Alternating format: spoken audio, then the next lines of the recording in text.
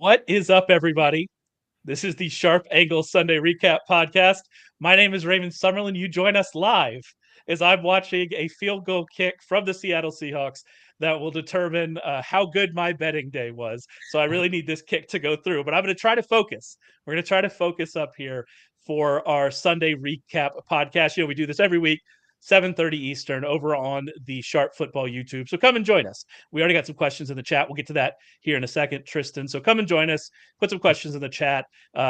Commiserate with us.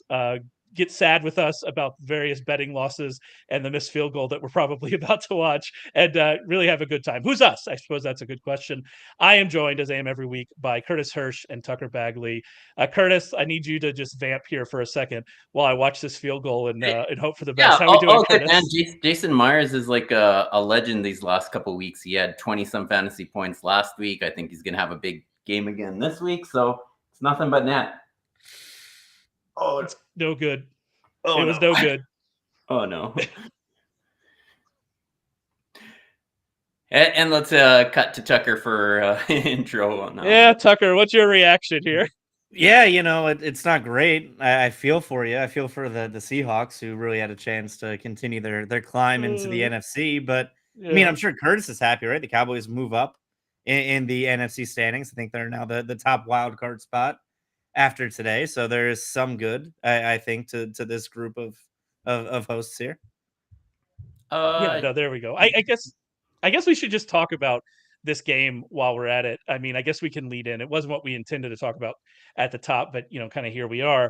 It was an interesting game because Seahawks defense did really well. The refs, there were some questionable calls against the Seahawks defense, allowed the Rams to get back in.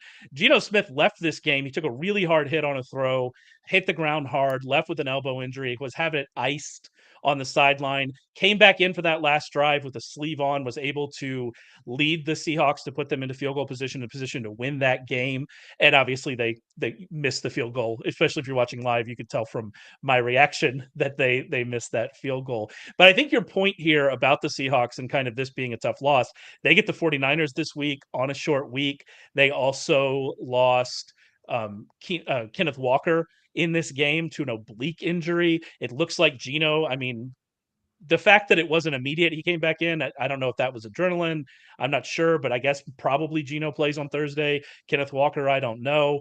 This was a tough loss for the Seahawks. I mean, they're going to make the playoffs. The NFC playoff field is set. Like, there's the only question is who's going to win the NFC South. They're going to make the playoffs, but this is kind of a tough loss for them, Tucker. So I guess first of all, kind of what's your thoughts on Geno, Kenneth Walker, the injury situation, and then I guess the game overall. Yeah, I mean, this is always a tough week for injuries with Thanksgiving coming up. And not only do you have the 6 teams playing on Thursday, you have 2 more in New York and the Dolphins playing on Friday. So that's 8 teams playing on a relatively short week. And normally, if a team's coming up on Thursday Night Football, we basically say, count that guy out. He's not playing, regroup it, and you'll see him next week unless it's something incredibly minor. So the fact that Geno came back, I do think is a good sign. Like you said, it might be adrenaline. I doubt no matter how he's feeling, he's going to be at practice this week, right? Maybe limited participation by Wednesday, but certainly not full participation all week. But then, compare that to Kenny Walker, who's dealing with the oblique injury. That's something that seems like that will keep him out this week. I would be surprised if we saw him on Thursday. And then for Seattle moving forward, I mean, you mentioned it's kind of funny because I think there's a really clear top 4 in the NFC right now. And Seattle is probably the next guy in there, and there's really nothing after them, right? Like there's 7 spots for 6 teams, and even though I think if you compare the top of each conference, the NFC's top 4 might be better than the AFC's top 4. It's completely different because there's about 6 teams in the NFC who I think are worthy of a playoff spot, and it's about 11 teams in the AFC who I think legitimately have a realistic shot at making the postseason. Even a team like the Broncos, who I don't think are really any good. You look at their schedule moving forward, the fact that Los Angeles lost today, I think Denver, they're going off at like plus 550 right now to make the postseason. They have a pretty winnable schedule. They can make it. I mean, the AFC right now, the bottom of that conference, is just absolute chaos right now compared to the NFC, where it seems like no matter what Seattle tries, I don't think they can work their way out of a playoff spot. It would be difficult. I mean, they do have a decently tough run. They get the 49ers in 2 of their next 3 games, I believe. I believe that's their schedule. But yeah, I mean, there's no other team there to jump up and take it from them. Like I legitimately think it is the teams that are in the playoffs in the NFC are already set, except for the NFC South and who will win the NFC South, the other team. Like I kind of think that that's where we are in there, and so it's kind of an odd situation. Curtis, we had Kenneth Walker leave this game. I assume Zach Charbonnet is rostered in most leagues. We also had Cooper Kupp leave this game with an ankle injury. He came back and was like on the sideline testing it out, but then was ultimately ruled out. So there could be some fantasy takeaways here, some waiver wire takeaways here for those 2 injuries. Any thoughts on kind of that situation? Yeah, it looks like Zach Charbonnet could be a league winner because I did read a quick blurb on Kenneth Walker's injury, and it could be related to a sports hernia. He's always been dealing with something since the beginning of the season, and if he needs a surgery for that, or now we're getting deeper into the season, he's probably going to need a few weeks off. And yeah, Zach Charbonnet could be the go-to guy, and he could have a 3-down workload. But Pete Carroll always seems to find a way to put DJ Dallas, or he's going to sign some greasy veteran. Kenny McIntosh. Yeah, that one year he went out and got Adrian Peterson just for no good reason. So Zach Charbonnet is going to get a bulk of the carries, but Pete Carroll always finds a way to hide one more running back onto the field, and it's weird, but he's definitely worth having moving forward. If you're in some shallower leagues where he's available, that's probably your last chance to spend all your fab on someone who's going to make a big difference. And then we'll see what happens. Zach Charbonnet, I just want to say, Zach Charbonnet is going to be the classic. Well, he's not available in my league player this week. And so all of the cool kids, all the cool fantasy football kids will be happy to tell you how Zach Charbonnet is not available in their league. But what I will tell you is I'm in a 14-team league with super, super, super shallow benches and no IR spots, like 4 bench spots, no IR spots. It gets wild in there, some of the players that are available. And those kinds of leagues, players are available in a 10-team league. Zach Charbonnet might be available. Right. There are leagues where he's out there. And so definitely check on him, because I think you're right. Especially how quickly Kenneth Walker was ruled out. It was really quick rule out for him. Right. That certainly suggests some issues. Sorry, I cut you off with Cooper Kupp. What do you think about Cooper Kupp? Yeah, we'll see what happens there. He's just a weird season from him. He came back in that first game. He was all fire hot, and then ever since then, it hasn't been the same thing. And even today, he absolutely misread a ball in the air where it was a walk-in touchdown. It was like, how does he miss? Cooper Kupp hasn't missed that in 2 years. So he's always obviously dealing with some stuff still from might be multiple injuries. Like I said in a group text earlier, we're in week 11. Everyone's playing with some sort of bump or bruise, and it's hard to list all of them moving forward. But something's up there, that I think Puka Nacua just becomes that this game they seem to turn to him after Cooper Kupp went down. So it's tough to decide. Yeah. I have some best ball teams where Puka had carried them early, and then they've been doing well late, and so they're in advanced position. And if this is a serious-ish injury for Cooper Kupp, we could be right back into the Puka Nacua we had early in the season, which was just a monster, an absolute weekly wide receiver one. And I mean, Stafford took a big hit in this game, but obviously came back and led what ultimately Carson Wentz, being the game-winning drive. He's waiting now.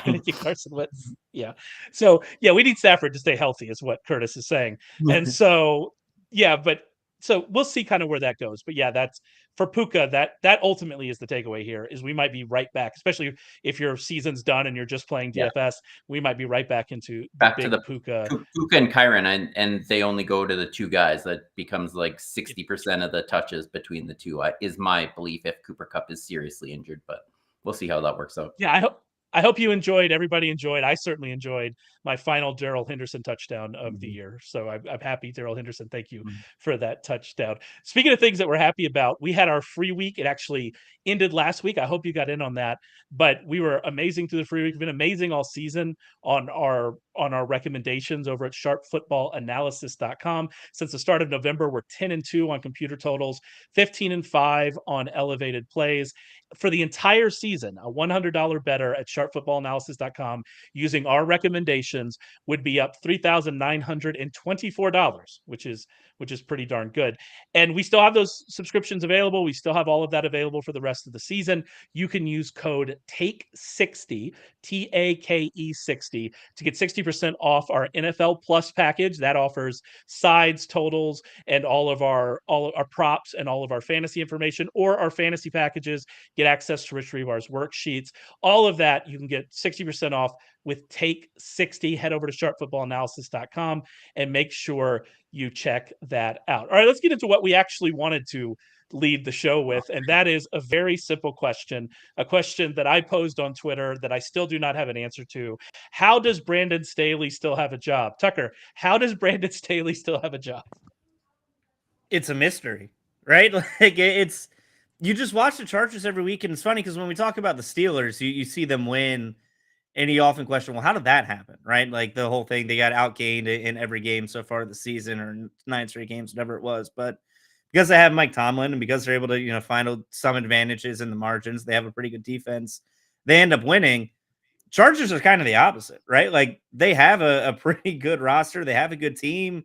Justin Herbert again threw for 2 touchdowns and 260 yards, and still wasn't enough. Still only put up 20 points, still lost. And yeah, at this point, like, I don't know if there's anyone else to blame besides Brandon Staley and what this team has accomplished. I mean, they're in the same spot they were when he took over. They have a quarterback now in Justin Herbert who is going to be due for a contract extension very soon and has never played a snap of postseason football. I mean, the biggest cheat code in the NFL, and I think it's become cliche, but there's a reason for that because it's true, is having an elite quarterback on a rookie deal, right? That's why the Bengals were able to go to the Super Bowl with Joe Burrow a couple years ago. That's why the Eagles were able to have success with Jalen Hurts and even Carson Wentz 5 years ago. Chargers have had a guy who's played at a Pro Bowl level on his rookie contract each of the last 3 years, and they haven't even made it to the postseason. I mean, what they've done the last couple of years has been a marvel of underachievement. So I just, at this point, like, maybe they're just going to ride it out with Brandon Staley because the fact that he's still here is surprising. So I guess if he's gone, I would be more surprised than I'm not, but he shouldn't be there. Like he shouldn't have a job. Did anyone see the post-game interview? He doesn't want to be there anymore. He knows the writing's on the wall and he wants out as soon as and I think they're going to make him stick it out now. Like he snapped on a reporter. He doesn't want to be there anymore. And they did make the playoffs last year and then lost in Charger-like fashion on to Trevor Lawrence is like 4 interception. Oh yeah, you're right about that. The loss, but that's their only post-season experience with Herbert. So yeah, Staley doesn't want to be there anymore either. He knows he's not coming back next year. So. And Tucker, I think your point about the contract is good because Herbert has already signed his extension, but this year his cap hit was only, I think, $8 million. 8.5 million. Yeah, 8.5 million. Next year it jumps up to 19.5 million, which still for an elite quarterback, that is a good cap number for an elite quarterback. So I do think Justin Herbert is. But then after that, we're getting into the 30s and the 40s and the 50s, and they can kick a lot of that down the road, and they will, and they'll restructure, and that's what they'll do. But this opportunity with an elite quarterback on a manageable cap hit that you're not even really having to play with money to get to that manageable cap hit, that, like you said, is so valuable. They have 1 more year of that before things start to get a little odd. And yeah, they can't waste it with Brandon Staley. And on Justin Herbert went into like God mode on their last touchdown drive. He ran, he threw an absolute laser to Keenan Allen, and none of it mattered. Like absolutely none of it mattered. Wide receivers dropped passes. Our favorite wide receiver, Quentin Johnston, dropped a pass that at the very least would have put them into field goal range with an opportunity to win the game. I don't think he gets to the house, but it's a field goal. And it was right in his hands. And that was like drop number 2 on a huge play today. But he hit, and I don't want to just pick on Quentin Johnston because, yeah, Keenan Allen had a touchdown pass, hit him literally between the numbers. The point of the ball hit him between the numbers. And he might not have been able to see it. It seemed like there were some shadow things. But anyway, Justin Herbert did everything he could. And my question is this. The defense could not hold on against Jordan Love.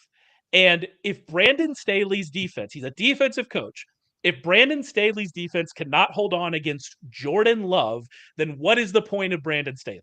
Like it's that simple to me. What is the point of your defense if you can't hold on against him? The Chargers, they're out of the playoffs now. I mean, the playoffs. That's it. Wild things That's happen in the only NFL. problem Playoffs feel done. They're last place in the division. Where are we going? What are we doing? It's just a really, really tough situation. And they're now in the twilight of Keenan Allen and Austin Eckler. So you've now wasted Keenan Allen has been absolutely balling this year, and you've wasted his age 31, 32 season. You've got him for one more. Quentin Johnson is not an up and coming player. I think we can make an early declare on that. So we're not gonna write off rookie wide receivers. What I will say is I am getting Jalen Reagor vibes. Yeah. I apologize, Tucker. I am getting Jalen Reagor vibes, but I'm not gonna write off a rookie wide receiver. We'll see what happens. Yeah, they're going to have to start over on offense as well within 2 years because Mike Williams is aging. He's now undergone another major injury. So that another concern moving forward for the Chargers. This was probably their last best chance at doing something with a good roster. Mike Williams and Keenan Allen, their cap hits next year are wild. So it might not even be a matter of do you want to keep them as can you keep them with what their cap hits look like. Mm-hmm. And so it's another situation. And like the Chargers have a positive point differential and they're last place in their division behind a lot of teams that don't. And that is a just damning indictment of coaching. We have a couple comments here. First of all, I want to get to a fantasy question. Start Brandon Powell or Marvin Mims.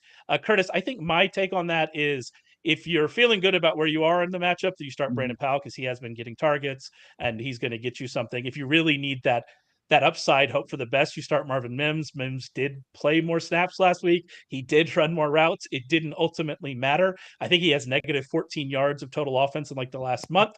But if you're really like looking for the moonshot, Mims would be it.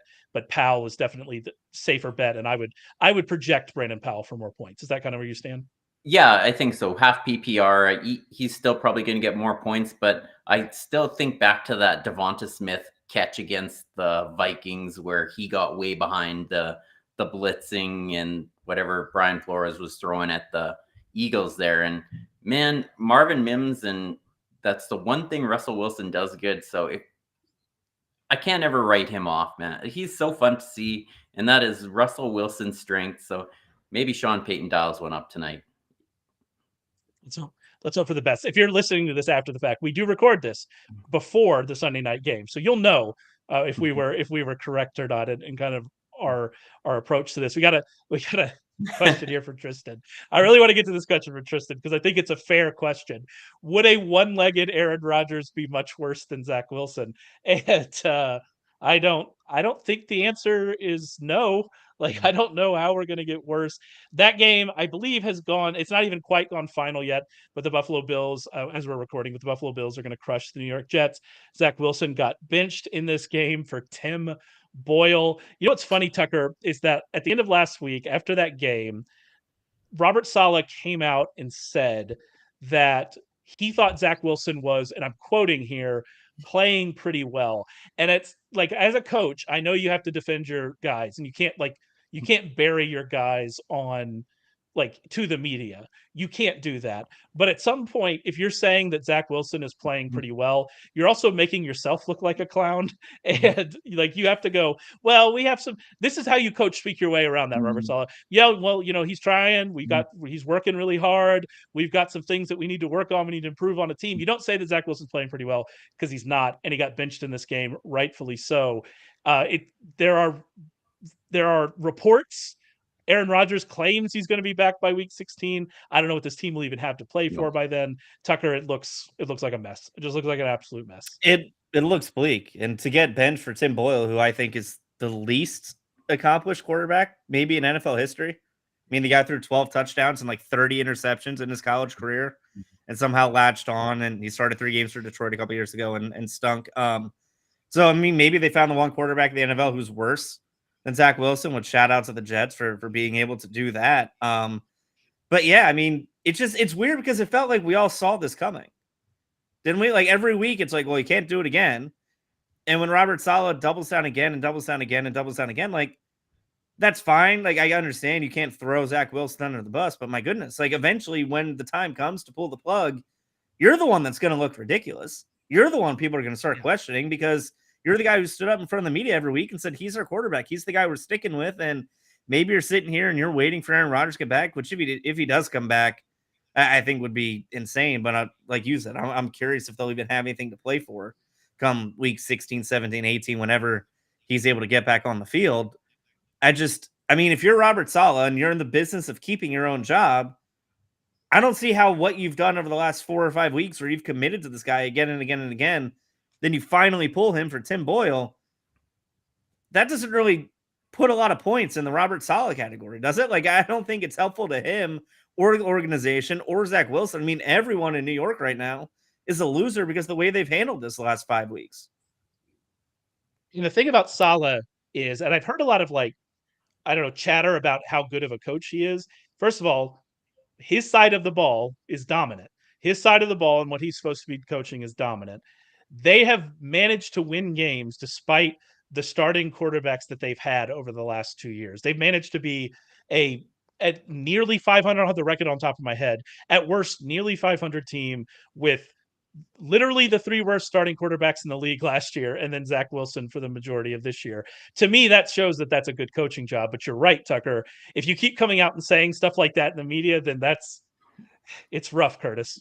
He can't be. This has to be an ownership call. Like Robert Saleh is too smart to be making this call on his own. So I agree. And if it's not, then he should probably be looking for a new job in the summer. But when he said he pled the fifth earlier, was that 2 weeks ago, about why they keep starting Zach Wilson?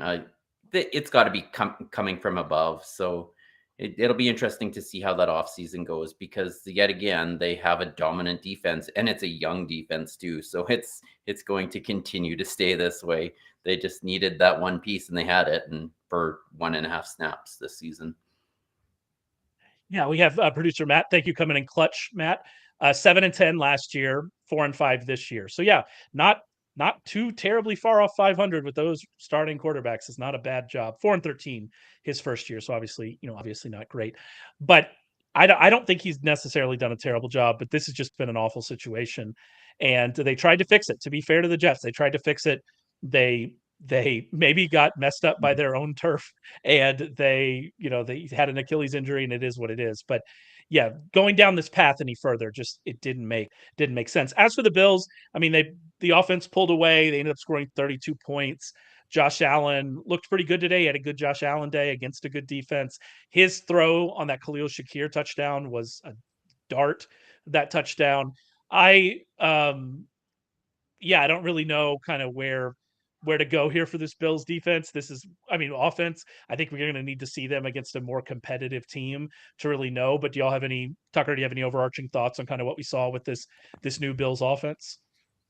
I mean, they look good. And you mentioned like the Jets defense has been what's kept them alive and has been an elite unit and probably a top 3 defense, top 5 defense, on a week-to-week basis. So the fact that they were able to go out there and they hung 32 on them, and Josh Allen looked like Josh Allen. He didn't turn the ball over the way he has been in recent weeks. The running game actually got a lot of traction. James Cook looked pretty good. I mean, it's hard to draw conclusions after 1 week, and a lot of times you see this where if something happens, like an offensive coordinator gets fired and you change things up a little bit and players play a little bit more inspired football, that you get a good result. But I think when you factor in the opponent that they're facing in a Jets defense that has been so elite, pretty much every week this season, if you're a Bills fan, you have to be optimistic. I mean, you don't necessarily have a stranglehold on a playoff spot right now, but considering what you did today, I think you have to be pretty optimistic and pretty confident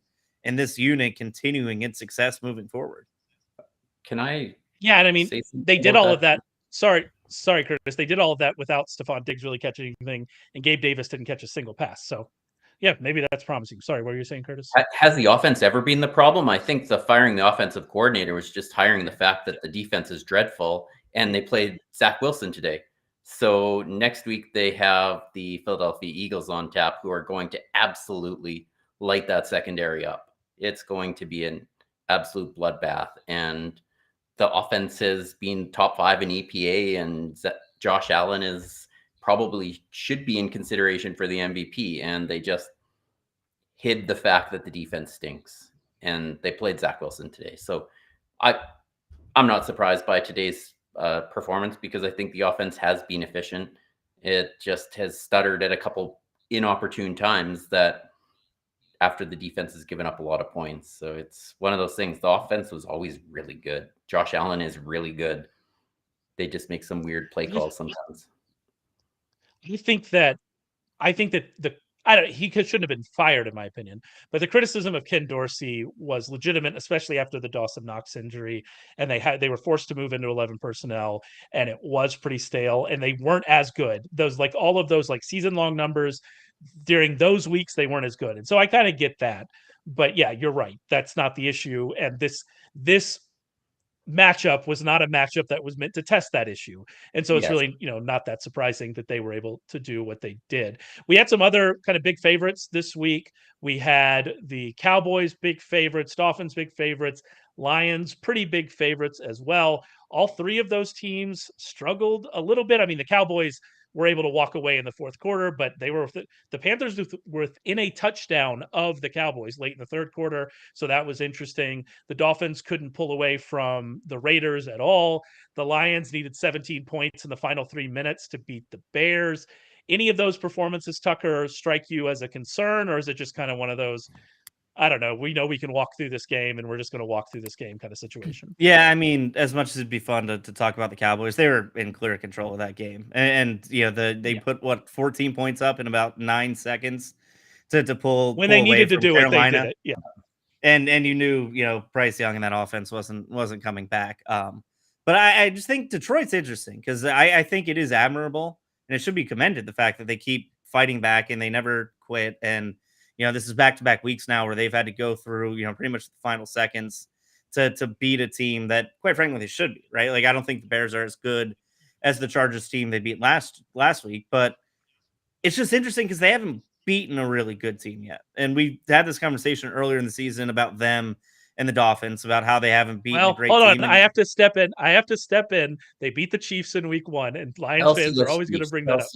But since week 1, Tucker, yes, I agree with you. Sorry, I have to be the voice of the Lions fans. So you're welcome, Lions That's fans. fair. Anyway, sorry, Tucker. That's fair. And Kurz mentioned they didn't have Travis Kelce and whatever, but that probably is their signature win. And that's the one thing that when you do make the argument I just did, that's the asterisk next to it. But I mean, right now, they're a team that I think there's a really good conversation to be had of, are they a team you want to play in the playoffs? Because they don't quit, right? They fight. I think what Dan Campbell has done emotionally to that locker room and the way they've been galvanized, they're a team that I don't think if you get up 14 in the first half of a playoff game, they're going to go away. But on the flip side is the fact that they're struggling, to really be on top and play from ahead against teams like this. I mean, could they be a team that gets the number 1 seed in the NFC based on their schedule, and they get the week off and they come into the divisional round, and whoever they play, whether that's the Cowboys or Seahawks or whoever who may have a little bit more playoff experience, can they go into Ford Field and knock them off? I just think it's an interesting conversation to be had, because until we see them, and based on their schedule, and they're not going to have another win like what they had in week 1. I just think these question marks are going to be had, whether they're the 1 seed, the 2 seed, the 3 seed of the NFC, until we see them win a playoff game. Yeah, and I think that Ravens loss and the way they were crushed by the Ravens is going to be difficult to shake for a while. And it might not matter, because we might not actually see them play another team like that. I don't have their schedule exactly off the top of my head. I know it's pretty easy. I know they have a path here, especially with what the Eagles have over the next 5 weeks, that they have a path here to the number 1 seed in the NFC. And I think you're right. We could be in week 2 of the playoffs and wondering what the Lions are still. And that would really be an interesting outcome. What I will say here quickly about the Lions, they still averaged 5.7 yards per play. They quickly scored points when it mattered. They just turned the ball over.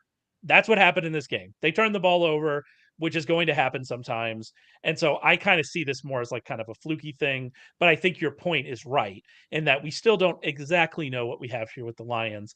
Any thoughts on the Lions, Curtis, or the Dolphins? Because I think the Dolphins might be the one where I'm a little bit concerned about. Yeah, weird. I was high after the Mark Andrews injury. I was higher on the Dolphins probably coming out of that AFC because I think the defense has to start to trend positively, and the offense with Devin Achane should have been a little bit better, but that only lasted for a couple plays, and they were playing a Vegas team that is playing kind of shorthanded strategically. They're just running up to the line, running Josh Jacobs or throwing it to Devontae Adams. There's not a whole lot in their game plan, and they're winning they're competing based on the culture they have right now. They love to play for this coach. So I thought they were going to lose by about 30 today. I thought Mike McDaniel would be the guy that just lit that defense up, and they struggled. So that's another concerning game because the Raiders can't get a lot of pressure. Tua struggled under pressure. Tua didn't have it again today. So that's a few question marks for that offense. And maybe the defense steps up with I think Jalen Ramsey just got the wind knocked out of him there for that one play, but it seems like that. Yeah. Their trend, that's a defense that I thought was going to trend better, but the offense has trended quite a bit worse. I know they can't continue the pace they were on to start the season, but they've really dropped off. Yeah, I think that was a kind of it was a concerning performance from Tua. It wasn't a terrible performance, but it was a concerning performance going up against this defense. But like you mentioned, this team as a whole is playing better. And I wanted to look at the final stats, and Aiden O'Connell did get Jacoby Myers 4 catches for 49 yards. My question was going to be, why does Aiden O'Connell hate Jacoby Myers? That was going to be my only question. We have a question here in the chat from Cruz Garcia. There's a lot going on there, Cruz. Yeah, I don't know. You could tweet at us. And we'll talk about it. But I do think one part of this question is really interesting is choosing between Puka and Tank Dell going forward, especially if Cooper Kupp is out. It's going to be a rough decision, Curtis. And I don't know. They're going to be ranked very like close. A rough decision. You can't go wrong either way. They're both going to be elite players, and I'm probably looking at your other wide receivers to fire on the bench because both those guys, if Cooper Kupp is out, both those guys are absolute easy starts. And then he's got Pollard, who is still getting the opportunities. You got Gibbs. He scored a touchdown today. Yeah, right? Some of us cheered loudly for that one. And then you got Gibbs, who is getting some goal line work. He's going to catch some passes. And Kyron, it seems like not a bad problem to have, all these good players. And things can change really quickly moving forward too, as we saw today. So it's good to have that much depth moving into the playoffs. Yeah, I think so too. I think Gibbs is actually, of that group, Gibbs is the one that you're really excited about. Another question here real quick. Should I trade Gus Edwards for Travis Etienne? Mm-hmm. Yes. If someone's giving you Travis Etienne for Gus Edwards, you trade that in a heartbeat, and you don't look back. We didn't mention the Aaron Jones injury when we were talking about the Chargers because I was so upset about Brandon Staley. We didn't mention the Aaron Jones injury. It's an odd injury based on like what we saw, Tucker, and then what we saw on the field and kind of his reaction to it, and then what we've heard after the game. So talk a little bit here about Aaron Jones and kind of what should we read into this situation? Yeah, it's a tough one. And once again, they're a team that's playing on Thursday. So Aaron Jones out for week 12, I think we can say pretty confidently, but it didn't look good on the field. He also wasn't the only Packers running back to be carted off the field, right? Because Wilson got carted off in the next quarter. So we're not sure about that either, but it was something that when you saw it happen and thought, well, that doesn't look good. And then both Aaron Jones and Matt LaFleur said after the game that it wasn't a torn ACL.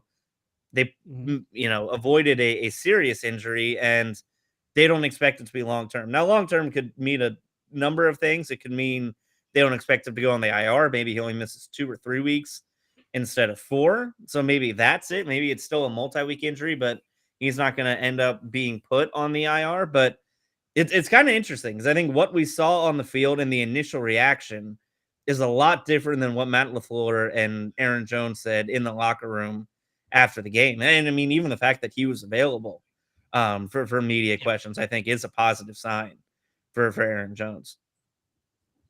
I do want to make a mention. I just saw this come across that Pete Carroll said that Kenneth Walker had a pretty legit oblique strain. And so it sounds like he's going to miss some time. So just another thing to take away with that news. And then also with this Aaron Jones news, kind of what are you doing on the waiver wire with some of these running backs here, Curtis? Yeah, we're waiting to see what veterans they bring in. Pete Carroll loves veteran running backs, so I'm assuming he'll bring someone in. The Packers had James Robinson on the practice squad up until a couple of weeks ago, and you had mentioned the name of the young guy that they had just signed earlier. He's a guy, I guess. Oh, I forgot his name already. But I do know him. He was a bit of a thing, but I'll have to go find him while you're talking. EJ Dallas will get some passing game work if they trail the 49ers next week. So it's worth a shot if you need somebody to catch 3-4 passes. I would assume he's going to have a couple receptions.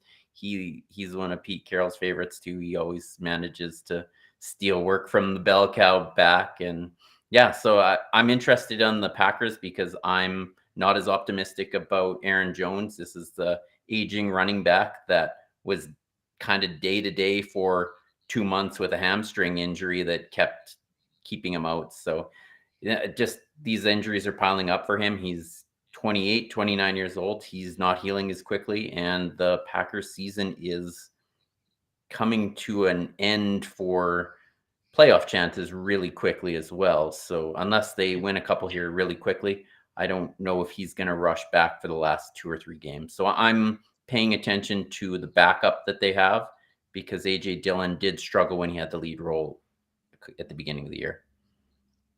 Yeah, and we got again, producer Matt, clutch as always, coming in with Ellis Merriweather in the chat, who I believe was on the Saints in the preseason. Was he the preseason legend from the Saints, DFS legend from the Saints? I believe that's right. I could be wrong about that. But yes, Ellis Merriweather is on the practice squad. But yeah, I think the Packers will probably bring somebody in if Aaron Jones is going to miss, 3 or 4 weeks. And so we'll see. AJ Dillon, I mean, obviously that's going to be the guy, but he wasn't very good in that role early in the season. And once Aaron Jones came back, he was fine again. So we'll have to see what goes from there. Another injury to a running back. We had Devin Achane, who Tucker, it sounds like him missing was just him sitting out the rest of that game felt very precautionary, right? It didn't seem like this was actually a real problem for Achane. Yeah, and as someone who, was excited about his return and made sure to put him in all his fantasy lineups this week, I didn't necessarily appreciate the kids' gloves they handled him with this week. But yeah, I mean, at least that's better than the alternative. And given how he, missed the last, I think, 4 or 5 weeks with the injury, them being cautious, I think makes sense. Especially with kind of the stable running backs they have, right? Like their rushing attack wasn't necessarily an issue with Raheem Mostert and the other guys in that backfield. So I think they were right to maybe be cautious and make sure he's healthy moving forward because he can be a big part of this offense. So the fact that he pretty much was on the sideline, like begging to go back in the game, they told him to hang out and take it easy is a good sign that I think he'll be ready to go for week 12. One more semi-notable fantasy injury to talk about before we hit a few more of these games. Dante Foreman left with an ankle injury. He did not return. He was kind of playing as the lead back early in that game. And then it seems like Khalil Herbert took over after that. Roschon Johnson did have some snaps. Anything from that situation stick out to you, Curtis? No, it just makes the 3-headed monster a 2-headed monster, which is a little bit easier to digest as a fantasy owner because, yeah, the Foreman started out and then Herbert had a few and then they sprinkled in Roschon when they weren't even sprinkling Roschon in. They were playing Darrington Evans ahead of Roschon weeks ago. So it's one of those. It's just a nightmare when you're having to fade 2 other running backs to steal carries. So if he is out, it just kind of gives you a little more confidence in starting Khalil Herbert. I know I have him on a couple rosters, and I didn't put him in today just because you never know what he's going to get in the first game back. Just gives you more confidence with Herbert moving forward. Yeah, I think that's a good takeaway is that you're going to feel better about what Herbert's role. Because I think it's becoming clear that early down role, that's either going to be Foreman or Herbert or them sharing it if they're both healthy. And then Roshan's going to be more of a, in that secondary role. And so I think that's probably the takeaway. We just feel better about Herbert coming out of this. A few other injuries here to mention. Darius Slayton had an arm injury. He was having a massive game for the, we're not going to talk about that game, but Tommy DeVito and the Fighting Giants. Giants. Done that a Cup, their first matchup when I had him in every DFS lineup again. Yeah, Darius Slayton, go and score those fantasy points. But yeah, he has an arm injury. Then we had a couple that don't look great. Joey Bosa had a foot injury. He was emotional as he was leaving. It kind of looks season ending. We hope for the best for Joey Bosa. And then Mekhi Becton had an ankle injury that didn't look good either. So, hoping for the best on those. All right, let's hit a few more of these games here. I guess we need to talk about this game because it is important. Both of these teams are, as we stand right now in the playoffs, but the Browns won one of the ugliest games I've ever seen against the Steelers. It was an affront to modern football. The teams combined to average 3.9 yards per play. The quarterbacks both averaged 3.8 yards per attempt. This was not modern football. It was ugly, but the Browns won, Tucker. And so now, they won with Temple legend PJ Walker. Now they've won with Dorian Thompson-Robinson. Can they keep this up? Like, is this possible that we're going to keep seeing this in the AFC, or are both of these teams headed for maybe the exits of the playoffs here? Yeah, it's kind of interesting, and I think it kind of makes sense for the Cleveland Browns, a franchise that has struggled to find a franchise quarterback since they were resurrected. Them just winning without a quarterback makes sense to me, right? Like them just going through the rest of the season, relying on their defense and not even worrying about putting, anybody competent back under center. I just think makes sense. Like it fits for that team. It fits for that city. Rally behind, like just bringing a new guy every week off the practice squad, see what happens, see if you can catch lightning in a bottle. But, you look at the rest of their schedule. I think they have a game against Jacksonville, might be the toughest one that they have over their last 7 games or whatever. So, I mean, they're a team right now that I'd be surprised if they didn't make the playoffs, which is crazy to say given who they have starting at quarterback. But this is also a theme I think we're kind of seeing around the league this year, where in a year where there hasn't been a whole lot of elite quarterback play, there are a lot of teams that are getting in based on just having a weak schedule or having an easier schedule to where you can get away with having a quarterback, throwing for 4 yards an attempt or under 4 yards attempt. I think Thompson-Robinson had like 160 yards on 45 attempts today. So if they don't turn the ball over and they can, keep their defense in a good position and not hand them a bunch of short fields, they're a team that I don't know if they can go deep in the playoffs or play a team that has a legit offense. But for the teams that they have on their schedule, I think they're going to have no problem getting to 10, 11 wins. They have the Broncos, who we're going to see tonight. Again, we record this at 7:30 Eastern. Come join us on YouTube. But we record this ahead of Sunday Night Football. We'll see tonight that they have Denver next week. That Denver team might kind of actually be good. It's so quietly good. So that could be interesting. Then they get the Rams, Bears, Texans, Jets, Titans. Yeah, there are a lot of wins on that. There are a lot of possible wins on that. They're already 7-3. They get to 10 wins, they're in. And so yeah, we might be looking at DTR in the or PJ Walker. Sorry, I will never say anything bad about Temple legend PJ Walker in the playoffs, which you're not allowed to. That would be fun. That's our one rule. That's our one rule. As we always talk good about PJ Walker. I think the Browns are in a good spot. The Steelers, I mean, it is what it is now. Jaylen Warren had 145 yards from scrimmage. Every other skill player combined for 133. Curtis, that seems like a problem. That seems interesting. Like, what do we do with this offense? Just thrown the ball over the middle of the field one time in the last 3 games, I believe. It's absolutely criminal, the offense that they're running right now. And can we please fire up Mitch at some point? Kenny Pickett is not the guy, and they just refuse. They know what he is as they've designed this offense. You have Deontay Johnson and George Pickens, and they refuse to throw the ball. Pat Freiermuth came back, and he's obsolete because Kenny Pickett's not allowed to throw the ball to the middle of the field. So I made some bad fab ads last week thinking Freiermuth was a good ad, but he's a great tight end, but he is not going to get any volume because it's the Jaylen Warren show and Najee Harris. Yeah. which maybe we need to lean a little more into the Warren part of Mm. that show. But yeah, that's where we are. I don't really think there's much to say about it. It just they are going to hide Kenny Pickett as much as they can for reasons that are obvious if you watch Kenny Pickett. And it's, it is. And maybe they'll get into a game script situation where we can get one of those fun 8 catches for 70 yards from Deontay Johnson. Or maybe we get, Pickens gets loose on a slant and is able to take it to the house. But that's really what you're hoping for. That's the extent of what you're hoping for from a receiver fantasy perspective in this team. And it's just, there's too much talent in that. Deontay Johnson's a good receiver. George Pickens has the talent to be a good receiver. We haven't seen it yet, but the offense might be there, and it's sad that this is what we've reverted to, but here we are. We mentioned they're going to play the Browns are going to play the Jaguars. That have one of their big games left. The Jaguars bounce back. They got crushed by the 49ers, bounce back with a big win over the Titans. They, their offense, their passing game looked better than it has looked in a while. I mean, it was against the Titans, so take that with a grain of salt. But Calvin Ridley had 7 catches, 103 yards, 2 touchdowns, had an 18-yard run. Does this change your mind about the Jaguars at all, Tucker? Or are we just still kind of, it was the Titans and we're gonna see what happens when they play a real passing defense? Yeah, I mean, I would be worried if they didn't have a good game today, right? So the fact that they did, I guess, is at least somewhat positive. But yeah, I don't really know what to think of the Jaguars right now.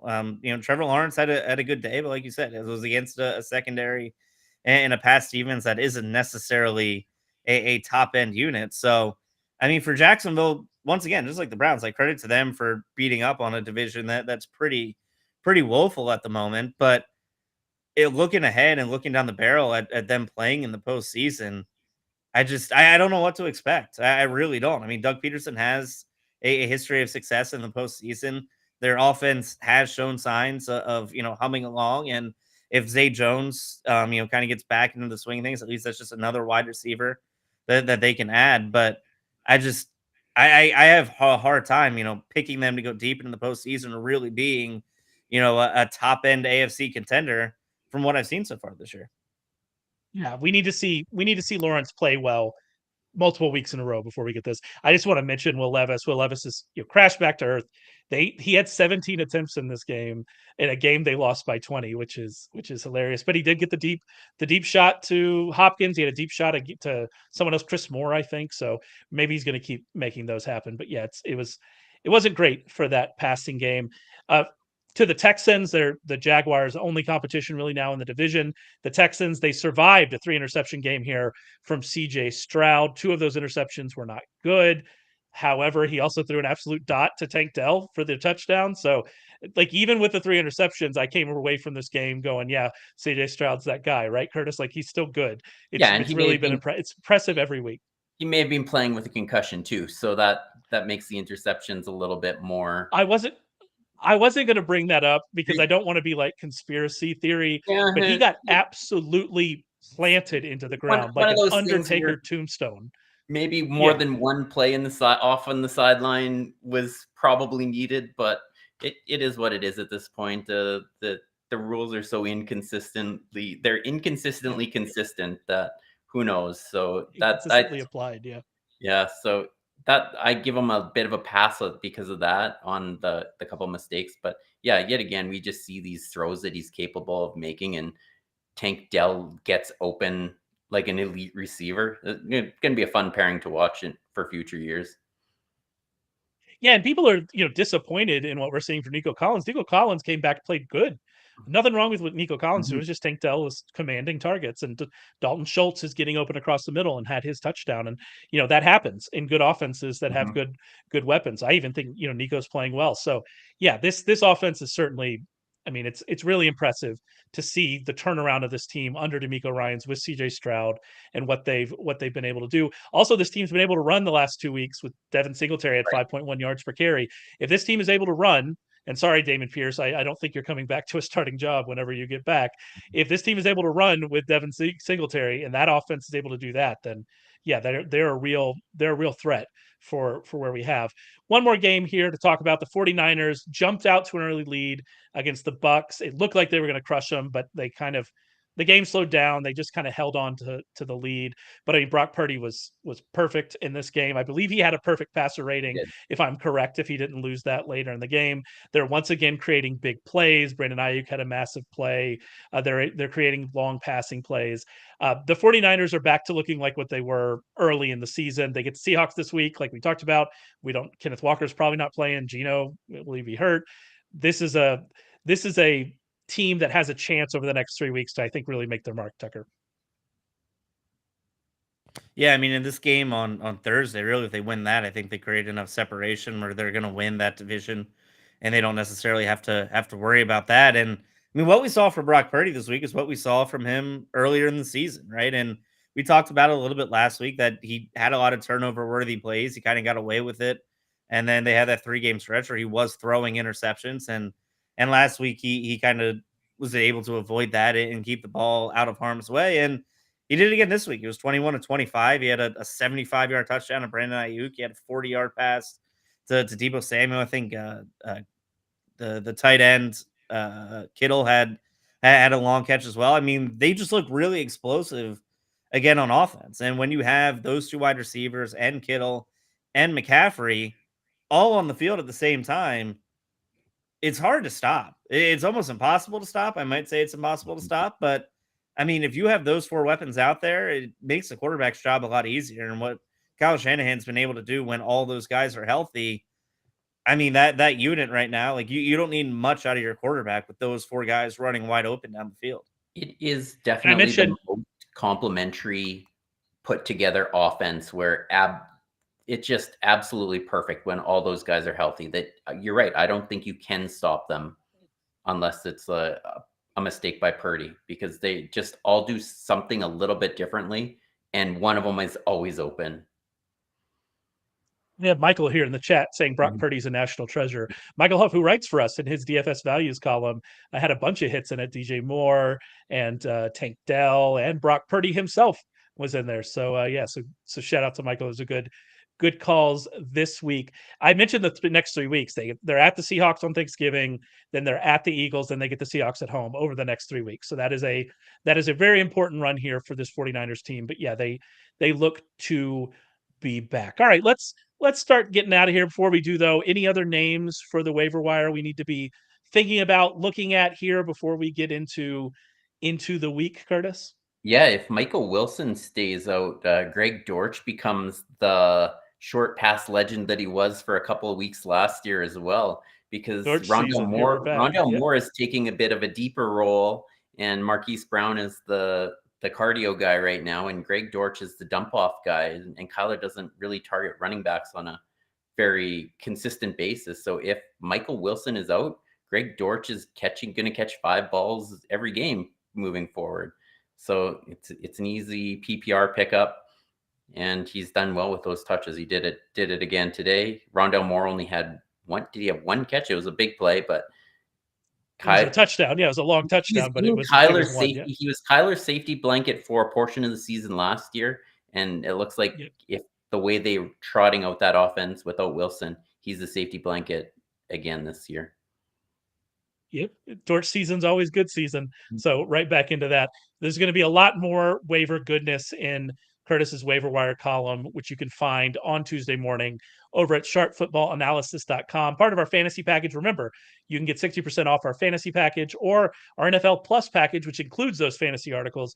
You can get 60% off that over at sharpfootballanalysis.com with the code TAKE60. So make sure you're checking that out. Tucker, moving forward, we got Thanksgiving this week.